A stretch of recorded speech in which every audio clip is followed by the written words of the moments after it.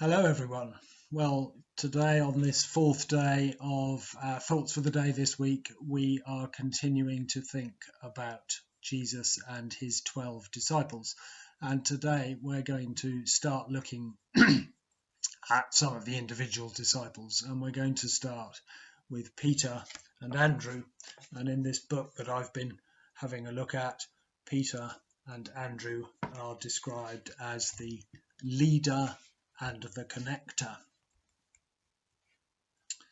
Peter and Andrew were brothers from Bethsaida, a small town on the west side of the Sea of Galilee. Bethsaida means house of fish, so it's not surprising that these two became commercial fishermen. These men, like so many siblings, were wired very differently. When we read the Gospels, Simon Peter comes across as being passionate and forceful, a man's man, a natural leader. In the family fishing business, perhaps, he was the chief executive officer. Andrew, by contrast, seems more thoughtful, more easygoing and resourceful. Maybe he would be the director of sales or in charge of human resources. Everything changed for these brothers the day Andrew was discussing spiritual matters with his mentor John the Baptist, and Jesus came walking by. "Look, the Lamb of God," John exclaimed. That 5-word sermon was all Andrew needed. He left John standing there and went off to learn everything he could about Jesus. After spending the rest of the day with Jesus, Andrew was convinced. He made a beeline to find his brother Simon, that's Simon Peter, announcing breathlessly, "We have found the Messiah." Then he took him to meet Christ in person. Let's think first about Simon Peter, and really just to give some highlights. There's so much about him in the Gospels that it would be impossible almost to put it into a couple of minutes. So here's some highlights. When it comes to the 12 disciples, none is described as vividly, and no other is featured as prominently in the New Testament as Peter. Because he followed Jesus, he ended up with some amazing stories to tell. Though we don't know exactly how many steps he took before his faith faltered and he began to sink, Peter actually walked on water. Along with James and John, Peter witnessed Jesus raise a 12-year-old girl from the dead. Again, with James and John, Peter witnessed firsthand the transfiguration, a blinding revelation of Jesus' heavenly glory.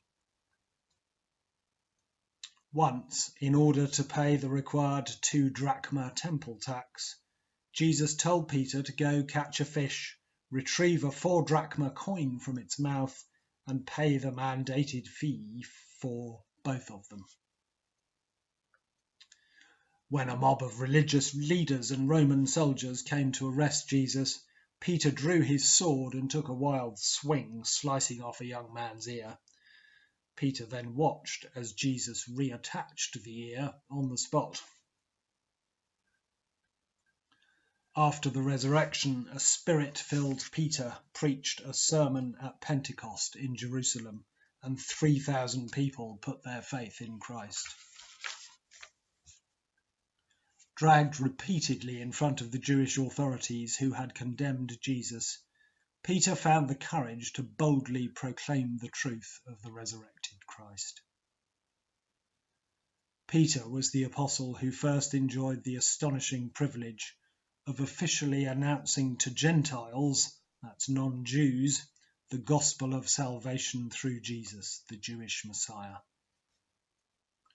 Arrested and imprisoned by King Herod, Peter was awakened by an angel of the Lord who broke him out of prison.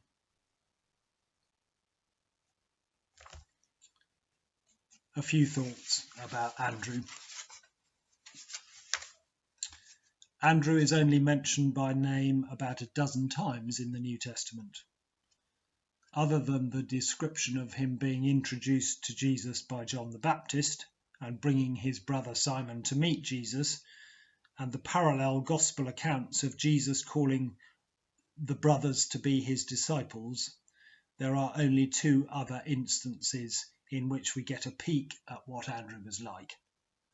One is found in John 6, 1 to 14, where Jesus feeds a huge crowd.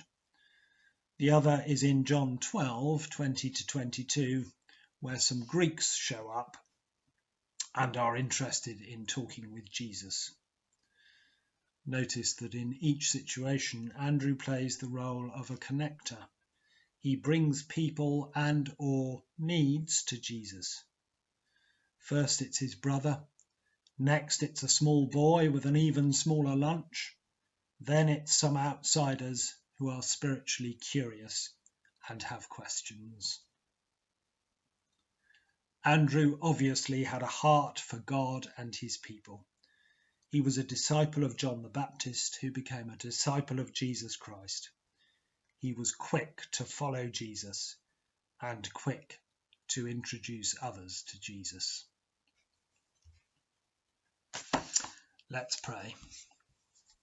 Father, thank you for two very different brothers, but thank you that both of them brought others to you.